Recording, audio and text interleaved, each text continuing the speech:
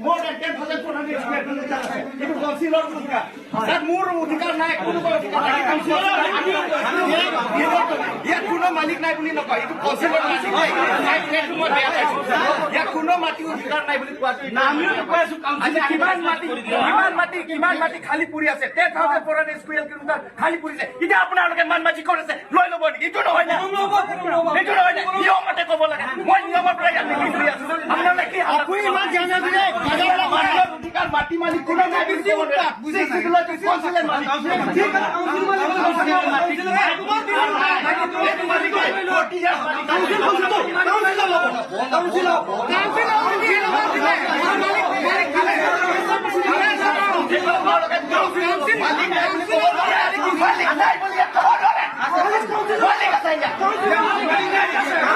ঠিক আছে